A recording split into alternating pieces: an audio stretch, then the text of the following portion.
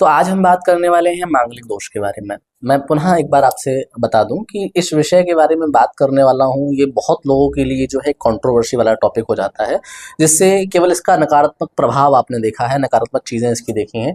इसका कुछ सकारात्मक स्वरूप कभी कोई आपको दर्शाता नहीं, कोई बताता नहीं, कोई आपको उसमें अनुभव नहीं कराता उसका। वास्तविकता में इसके लिए हमें समझने की भी आवश्यकता है कि मांगलिक सच में वो दोष होता भी है कि नहीं होता है, और होता है तो उसका क्या प्रमाण है।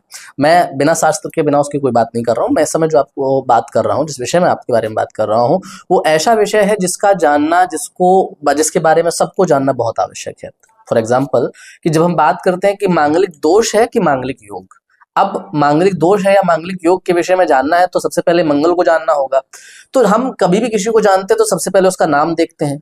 अब जिस ग्रह का नाम ही मंगल हो, उसको आप दोष के रूप में कैसे देखते हैं? भाई, जो मांगलिक करता है, जो मंगल करता है, उसको आप अमंगल की दृष्टि से क्यों देख रहे हैं? तो पहले तो आप उस अनुभव करिए, उस स्थिति को अनुभव करिए कि मंगल मांगल्य की स्थिति को प्रदान करता है, उसको मांगलिक दोष के तरीके से उसको ना देखा जाए। पहली चीज। दूसरी चीज क्या हो जाती है कि अगर आप इसमें मांगलिक, तो फिर बात यह थी कि मांगलिक दोष है या मांगलिक योग। सही में कहा जाए तो मांगलिक योग होता है, मांगलिक दोष नहीं होता है। उसको कैसे समझना है ये थोड़ा आवश्यक है।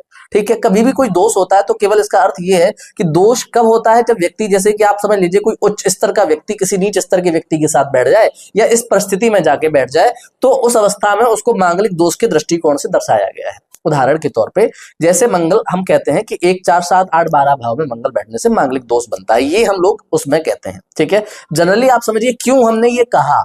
ठीक है, क्योंकि वो ग्रह एक ऊर्जा है, वो ग्रह शक्ति है, और शक्ति कहाँ आवश्यकता नहीं पड़ती है। शक्ति की आवश्यकता आपको वैवाहिक जीवन में, वैसे जीवन में सदैव आपको शक्ति की ऊर्जा की आवश्यकता पड़ती है। तो मंगल की आवश्यकता आपको हर जगह है, वो आपके जीवन में मंगल का करता है, वो उत्साह का कारक है। तो जीवन में यदि आपके उत्साह ही नहीं होगा तो आप कैसे करेंगे? तो उत्साह का कारक मंगल है, इसलिए मंगल को मांगलिक दोष ना कह करके मांगलिक योग कहा जाता है। इसका एक और स्पष्ट कारण मैं बता दूं। जैसे आप मान लीजिए मंगल जो है आपका लग्न में बैठ जाए, तो आप कहते हैं कि मांगलिक दोष हो गया। स्वाभाविक सी दृष्टिकोण है कि जब वो मंगल लग्न में बैठेगा तो उसको ऊर्जा अधिक उसकी होने के कारण वो सप्तम दृष्टि से जब सप्तम भाव को देखेगा तो उसमें थोड़ा गर्मा गर्मी का माहौल रहेगा, उसको केवल मांगलिक दोष के दृष्टिकोण में दिखा गया। क्या लग्न का मंगल राजयोग कारक नहीं होता है? तो इसलिए जो है मांगलिक होना दोष नहीं है, मांगलिक होना योग है। बस आपको ये देखना आना चाहिए कि वो दोष है या योग है। दोष कैसे बनता है? तो जब कभी नकारात्मक स्थिति में ग्रह पड़ता है तब उसको दोष कहा जाता है, अन्यथा मांगलिक योग होता है जो सदैव जीवन में मंगल करता होता है। इसलिए विवाह को भी एक दृष्टिकोण से दूसरे नाम से मांगल्य कहा जाता है। इसलिए जो है उसको मांगलिक योग कहना समुचित उचित रहेगा, मांगलिक दोष कहना उचित नहीं है, इसलिए उसको मांगलिक योग में कहना चाहिए।